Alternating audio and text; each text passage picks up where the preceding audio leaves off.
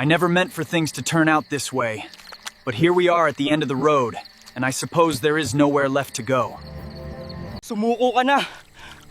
Wala ka nang pwedeng puntahan, napaligiran ka na namin. Habulin niyo siya.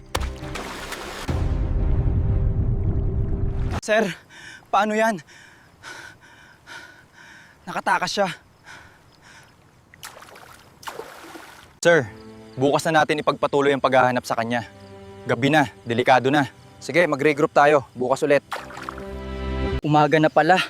Kailangan ko makaalis. Hindi pwede na mahuli nila ako ulit. Oras na para hanapin natin si Kulas. Yes, sir.